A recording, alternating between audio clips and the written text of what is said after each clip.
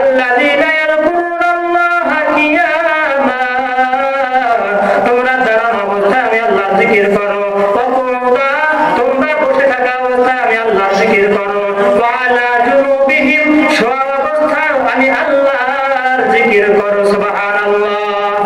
এক কথায় সর্বদা আমি আল্লাহ পাক রব্বুল আলামিনের জিকির করো। জিকির করে কি লাভ?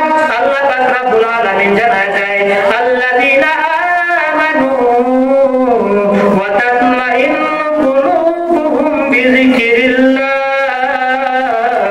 আলা বিযিকরিল্লাহি তাতমাইন্নুল কুলুব।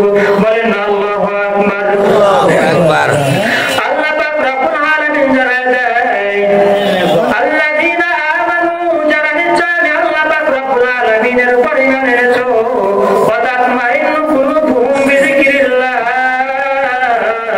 তাদের অন্তর জিকিরে প্রশান্ত হয়। আলা বিযিকরিল্লাহি তাতমাইন্নুল কুলুব। আল্লাহ পাক রব্বুল আলামিন বলেন, বান্দার অন্তর একমাত্র জিকিরে প্রশান্ত হতে থাকে। সুবহানাল্লাহ। কিসে প্রশান্ত হয়? জিকিরে প্রশান্ত হয়। মনে করেন আমাদের একটা অন্তর আছে, এইটা খাদ্য হলো আল্লাহর জিকির। যেমন আমাদের একটা পেট আছে, যদি খানা না খাই তাহলে ক্ষুধা লাগে, ঠিক কি না? ক্ষুধা অনুভব হলে দুনিয়ার কিছু ভালো লাগে না, অশান্তি হয়। তেমন আমাদের একটা অন্তর আছে, সেই অন্তরের ক্ষুধা আছে। সেই অন্তরের ক্ষুধা কিভাবে আপনি আমি নিবারণ করব? আল্লাহ পাক রব্বুল আলামিন জানায় দেয়, ও আমার বান্দা বান্দীরা, আমি আল্লাহ পাক রব্বুল আলামিনের জিকিরে তোমার অন্তর প্রশান্ত হয়। এখন অন্তর প্রশান্ত হলে কি লাভ? আল্লাহ পাক রব্বুল আলামিন বলেন, অন্তর যদি কোনো ব্যক্তির প্রশান্ত হয়ে যায়, ওই ব্যক্তি ঈমানের হালতে মৃত্যুবরণ করবে। সুবহানাল্লাহ। ইয়া আইয়ুহাল্লাযীনা আমানু যকুরুল্লাহা যিকরান কাসীরা ওয়া সাব্বিহুহু বুকরাতান ওয়া আসীলা। আল্লাহ পাক রব্বুল আলামিন বলে, হে বান্দা বান্দীরা, তোমরা বেশি বেশি আমি আল্লাহর জিকির করো এবং তাসবিহ তাহলিল পাঠ করতে থাকো সকাল ও সন্ধ্যা। আল্লাহ পাক রব্বুল আলামিন অন্য আয়াতে বলেন, এখন আমাদের প্রশ্ন হলো, আল্লাহ কোন সময় আপনার জিকির করব? প্রশ্ন আছে না, যে কোন সময় আপনার জিকির করব? আল্লাহ পাক রব্বুল আলামিনের কাছে প্রশ্ন হয়, আয় আল্লাহ, জানানো অবস্থায় আপনার জিকির করব না বসে জিকির করব না শুয়ে জিকির করব?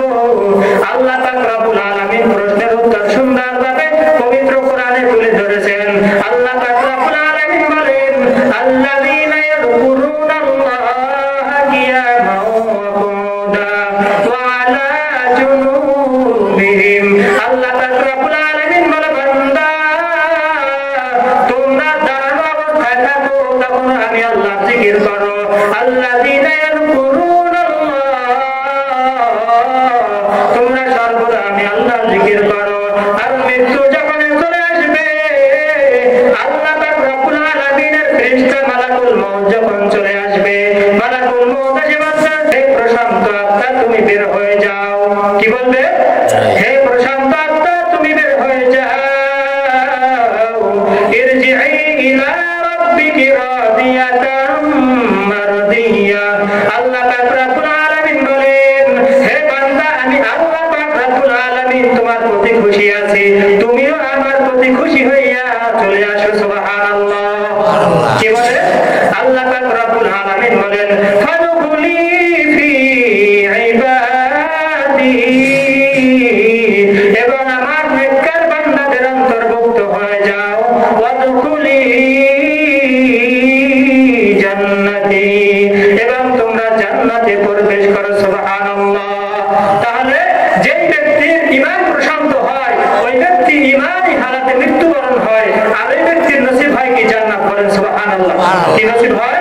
জান্নাত নসিব হয়।